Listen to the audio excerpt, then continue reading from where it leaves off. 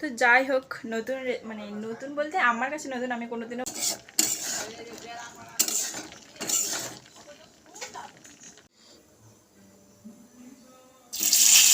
সত্যি শিল্পী দিদিভাইকে ভালোবেসে যে এত বড় মাসুল দিতে যাচ্ছিলাম, ও ভগবান বাঁচিয়ে দিয়েছে আজকের মতো।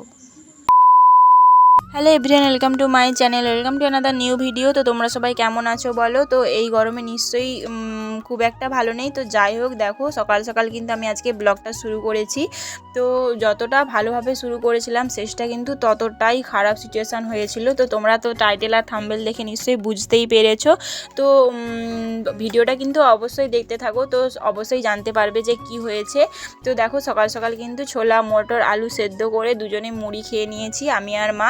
তারপরে মা একটু কাজে ছিল, বাইরে গিয়েছিল, আর আমি তার জন্য এদিকে সবজিটাও কেটে রেখেছিলাম। অন্যদিন তো শুধু কেটে কুটে জোগাড় করে রাখি, আজ ভাবলাম যে আমি রান্নাটা করেও নিই, আর আজ একটা নতুন রেসিপি বানাবো। আর মা যেহেতু বাইরে থেকে আসবে আর অনেকটা গরম, তো তার জন্য না অনেকটা কষ্ট হবে। তো বাইরে থেকে এসে আবার উনুনে রান্না করতে না একদম মানে সত্যি অনেকটা কষ্ট হবে। আর আমি সত্যি বলতে এরকম নয় যে আমি বসে বসে থাকবো আর কেউ এতটা মানে পরিশ্রম করবে, এরকমটা আমি দেখতে পারি না। তাই জন্য আমি যতটা পারি ততটাই করে রাখি, মানে যতটা আমি মানে করতে পারবো ততটাই আমি কিন্তু করে রাখি।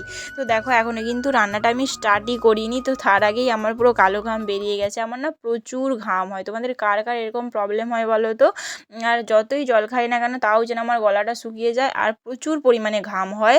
তো দেখো এখনও তো শুরু করি না, তো চলো এইদিকে আমি মাছটা ভাজতে তুলে দিয়ে আর বাকি টুকিটাকি কাজ যা আছে করে নেব।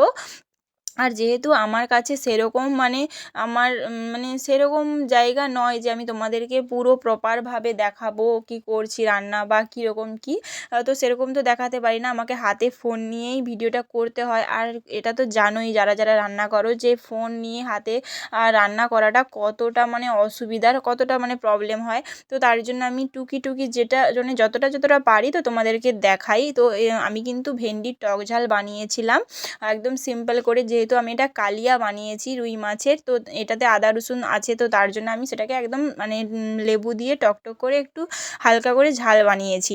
আর এইদিকে হচ্ছে যে এই কালারটা হচ্ছে সাদা হয়েছে, তার কারণ আমি এটাতে চালমগজ আর পোস্তও দিয়েছিলাম বাটা, তো তার জন্য হয়তো সাদা সাদা এসেছে। তো এই যে দেখো আমার ভেন্ডির সবজিও হয়ে গেছে আর মাছের ঝালও হয়ে মানে সরি কালিয়াও হয়ে গিয়েছে। তো হচ্ছে মা এখনও এসেনি আর আমার তো রান্না কমপ্লিট, এখন হয়তো 10:30টা মানে বেজেছে আর কি। আর মা এসে শুধু ভাতটা করবে উনুনে, আর মা জানেও না যে আমি রান্নাটা করে রাখবো। আর এসে দেখলে অনেকটা হয়তো মনে শান্তি হবে যে না কেউ একটা অন্তত আমার কাজ ভাগ করে নেওয়ার জন্য আছে। তো এরকমটা সবাই হয়তো মনে মনে আশা করে। তো যাই হোক, এদিকে আমার রান্না হয়ে গেছে, এবার একটু রেস্ট নেব। আর এই দেখো বিকেল মানে সরি সন্ধেবেলা এটা। তো দুপুরের ভিডিওটা আর করি না, খাওয়া দাওয়া করে শুয়ে পড়েছিলাম। তো সন্ধেবেলা না আমি এদিকে মাকে বলছিলাম যে যেহেতু অনেকটা গরম, তো সন্ধ্যায় রুটি আর সবজি করে নিয়ে দুজনে বাইরে বসে থাকবো।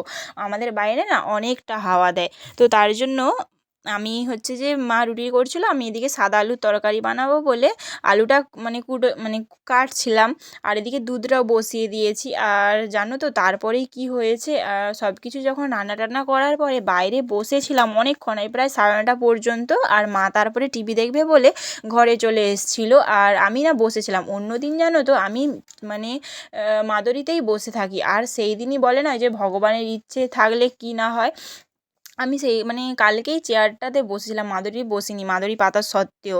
আর তোমরা তো নিশ্চয়ই জানো যে শিল্পী দিদিভাইয়ের ব্লগ মানে চ্যানেল আছে শিল্পী দীপঙ্কর নামে। তো আমার তো খুব ভালো লাগে, আমি রেগুলার দেখি, যখনই একটু ফাঁকা টাইম থাকে আমি প্রত্যেক দিন প্রত্যেকটা ভিডিও দেখি। তো কালকেও না ওরকমই দেখছিলাম চেয়ারে বসে বসে, আর হয় না যে পুরো তার মধ্যে ঢুকে গিয়ে ভিডিওটা দেখি যখন পছন্দের কিছু হয়। তো আমি ওরকমভাবে দেখছিলাম, আর পুরো পায়ের সাইড দিয়ে না আমার একটা সাপ, কী সাপ আমি নাম জানি না, তবে মানে মানে সাপ আর কি বিষাক্ত, তো পুরো পায়ের সাইড দিয়েই যাচ্ছিলো। আমি মানে আরেকটু বেখেয়ালি হলে কিন্তু পুরো কামড়ে দেয়, আমি দেখতেই পাই না, পুরো পায়ের সাইডে চলে এসছে। তারপরে পুরো চোখটা গাটা যা চিকচিক করছে তখন দেখতে পেয়েছি, আর আমি তো পুরো চিল্লিয়ে উঠে পড়েছিলাম। আর দেখো ঘরে না আমি ঘিরে রেখেছি, কারণ ঘরেতেই ঢুকে গিয়েছে, আর কোথাও খুঁজে পাই না। তো মানে কী যে বিপদটা ঘটতে যাচ্ছিল, তার উপরে তো বাবাও বাড়িতে নেই, আমি আর মা দুজনে রয়েছি, তো অনেক ভয় পেয়ে গেছিলাম। আবার ও তো ঘরের ভিতরেই ঢুকে গিয়েছে, কোথাও খুঁজে পাইনি, তো রাত্রিতে অনেক ভয়ে ভয়ে ঘুমিয়েছি। তো তোমরাও সাবধানে থেকো, গরমকালের জন্য ওরা সন্ধে সন্ধেই বেরোয়। তো টাটা সব্বাইকে, ভালো থেকো, সুস্থ থেকো।